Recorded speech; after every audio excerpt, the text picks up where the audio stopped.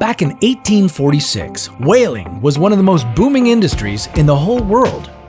It was the fifth largest sector in the United States economy, raking in a cool $10 million. But somewhere along the way, the whale supply started to run low, and some people began to realize that the entire thing might be a bad idea. How did the whale hunt accelerate climate change? And why were scientists worried about whale poo shortages? This is What If, and here's what would happen if we never started hunting whales. If the whale hunt never happened, there'd be less carbon in our atmosphere, and our planet would be a lot healthier.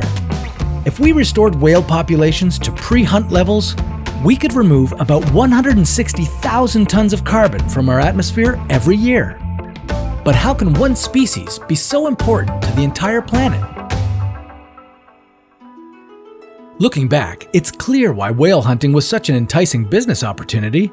Whale meat could be used to feed the masses. Their oil could lubricate machinery and light up a room. Their intestines could produce perfume, and their cartilage was perfect for holding together products like corsets and umbrellas.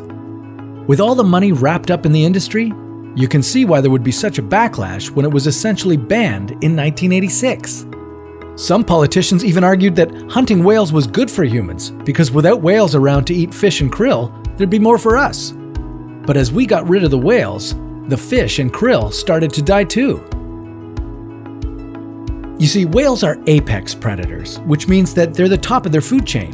When you begin to remove the head of a food chain, it creates something called a trophic cascade. Basically, a trickle-down effect that can disrupt an entire ecosystem. Whales don't just eat fish and krill, they also play a big part in allowing those populations to thrive. For one thing, their poop releases essential nutrients like iron and nitrogen into the surface waters, which fertilizes plant plankton, which, in turn, feeds fish and krill.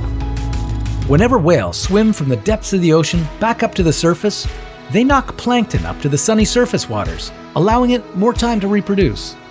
The more plankton there are in our waters, the better things are for everyone. Not only do plankton feed lots of marine populations, they also absorb carbon dioxide from our atmosphere, taking it down to the bottom of the ocean for thousands of years when they die. But the carbon reduction doesn't stop there. Whales also contribute directly to cleaning up the atmosphere. They store large amounts of carbon and carry it down to the seafloor when they die.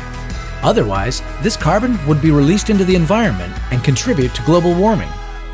With all that in mind, it's clear how vital these elegant creatures are to the planet, and how much good they could have been doing if we hadn't been slashing their populations for decades. Nowadays, whale hunting is banned everywhere except for a handful of countries.